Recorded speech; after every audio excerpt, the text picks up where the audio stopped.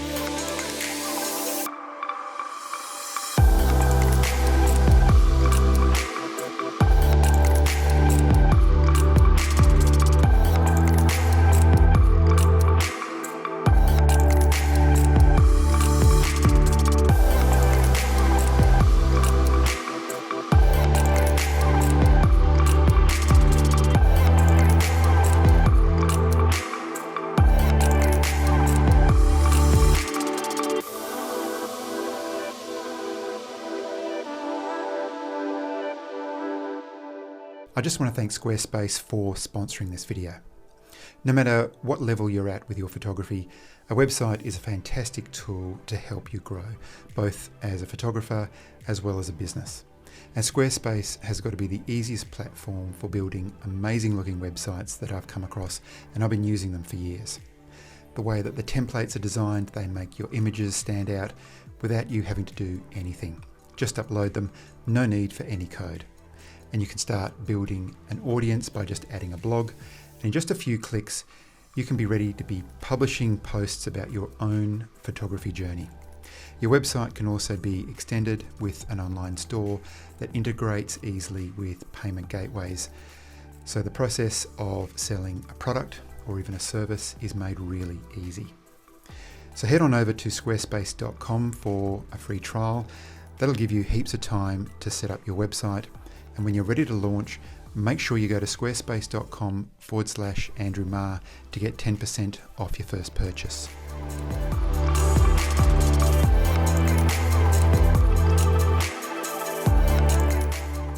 Back onto the photography. I've come to the highest point that I can find within the canyon, and I'm shooting back down the canyon, which is just behind me here. The sun has risen over there, and the moon has risen over there, you'll be able to see, and the sun has set behind you. So I just tried to get the last of the light just on the tops of the canyon walls here, and it looks pretty good because the light changes the deeper you get into the canyon. As you can tell, it's pretty windy here as well. I'm shooting with the GFX100S. I'm going to do a video pretty soon, if I haven't already shared it with you, on my thoughts of the GFX100S. It is an amazing camera. It really is beautiful. I'm very, very lucky to be able to shoot with it. And I'm shooting with the only lens that I have for it, which is the 32-64. But I've been testing out the version 7 of the NiSi filter holder. Now, they're yet to come out with them. I think they've announced it, but I think they're going to launch, I think, in January, which is probably when this video is going to drop. And so the version 7 is slightly different, as you'd expect, from the version 6, which I've been using pretty much for a year. So to have an opportunity, I reached out to NiSi to see whether they would give me an opportunity to shoot with or use the version 7, because I wanted to see what the difference was. One of the main differences is the locking mechanism. On the version 6, there were kind of two pins. One would be used to clip the holder onto the adapter, and the other one you would tighten down, screw down so that it would lock it. But effectively, you've just got the one pin, and then the locking mechanism puts pressure on that pin instead of screwing into the actual adapter itself. So I think it's a far better system and far simpler to use, which is really good. The other thing that I'm using is the True Colour, the new True Colour Circular Polarizer. It's very, very thin, impressively thin, and as wide as I can get it on the GFX. I'm not getting any vignetting, which is really, really nice. But just the colours, I can see on the back of the camera, the colour that I'm getting through that True Colour polarizer seems to be, you know, really, really what I'm seeing with my eye when I'm standing here in front of this magnificent scene. Let's talk about the scene. So as I said, I'm up nice and high here. I'm looking back down on the valley, which is just behind me there. I've got the cliffs in the background. And my composition was reasonably simple. I've got the riverbed, which is not flowing at the moment, so you've got these really nice chalky white rocks, which really stands out against the darker rocks and darker foliage and bush around this area.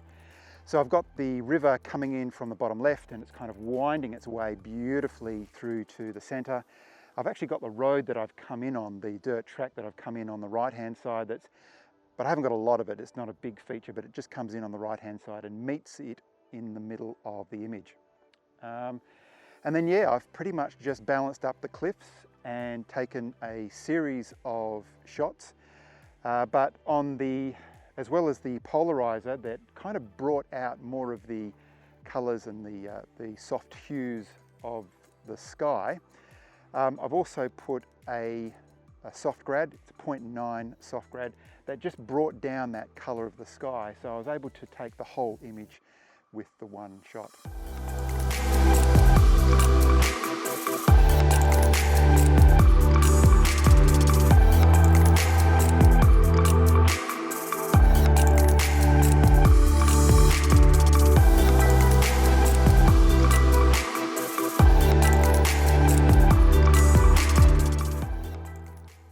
So I'm really happy with that. Actually, I better use the last of the light to actually make my way out of here, because there's a couple of sketchy places that I'm going to need to be careful with, and it's going to be pretty much pitch black by the time I get out of here. So if you enjoyed the video or the image that I took, please give the video a like. I hope you get a chance to get out real soon to take your own landscape photography. Thanks very much for watching, and I'll see you in the next one.